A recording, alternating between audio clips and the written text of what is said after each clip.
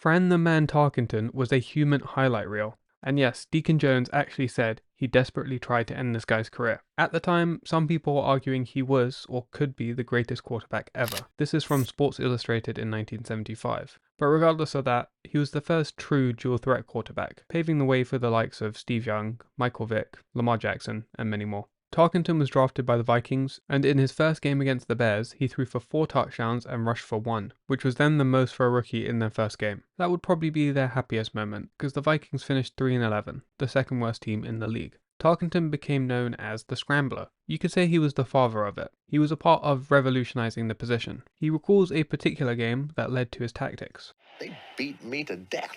I mean, they bloodied me. And I said, I've got to do something. I've got to change how this position is played, or we're not going to win a game. I had athletic ability. I had some quickness. I had a good sense of where I was on the field, and I just didn't accept the sack. I started using my athletic ability and my scrambling to buy me time to be able to throw the football, and it became my trademark.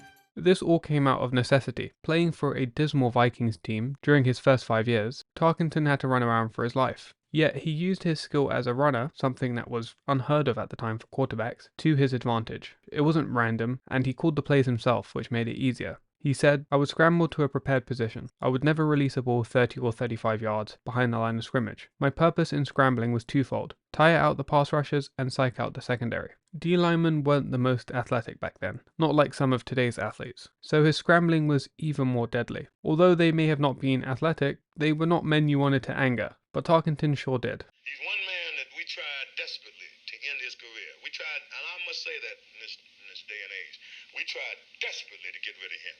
Because on a hot day in the Coliseum, chasing Fran Tarkenton is not what you wanted to do. Despite all that anger, the man's production normalized out-of-the-pocket improv and allowed the dual-threat quarterback to be accepted rather than shunned. He racked up over 3,600 rushing yards and 32 touchdowns on 675 carries. That was number 1 at the time, and today puts him at 7th all-time. He ran for touchdowns in 15 different seasons, an NFL record for quarterbacks. But those numbers are just beyond the line of scrimmage. I'm sure he would have had everybody beat if you counted the yards behind. He wasn't a rushing quarterback, he was a scrambler. He used his ability to avoid the sack and extend plays. He ran to throw as opposed to running to run. And this worked because he also had an elite arm. Retiring with every passing record there was, he threw for more touchdowns, more completions, and more yards than anybody else. And he was doing this in the dead ball era, where the NFL was a run-first game, and prior to the pass-friendly rule changes that came in 1978.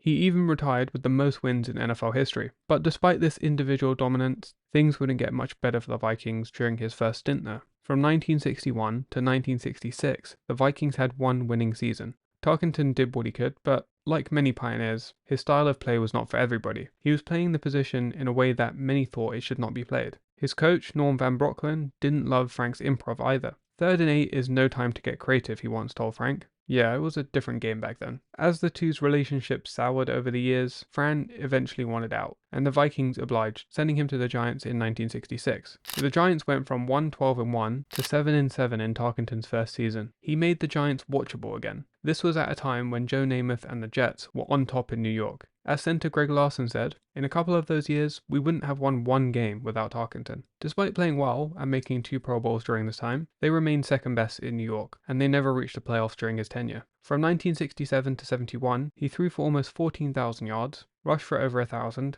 had 103 touchdown passes and 10 rushing touchdowns. But the Giants went 33-36, so the man had enough and demanded to be traded, and he'd be sent back to the Vikings. But he was 31 at the time, so you'd think his performance would start to be on the decline, especially back then. But somehow he improved. He'd win MVP in 1975, leading the Vikings to a 12-2 record, but they'd fall to the Cowboys in the divisional round in an infamous loss that included the birth of the Hail Mary. The Vikings, led by the Purple People Eaters and Tarkenton, were formidable in the 70s, but they could never quite get over the hump. 3 Super Bowls in 7 years and 6 division championships, but 0 Lombardis. Not only was he the first dual-threat quarterback, he was also the first quarterback to be ejected from a game. You can see him throw the ball at the defender's helmet, and then a fight breaks loose. A true pioneer.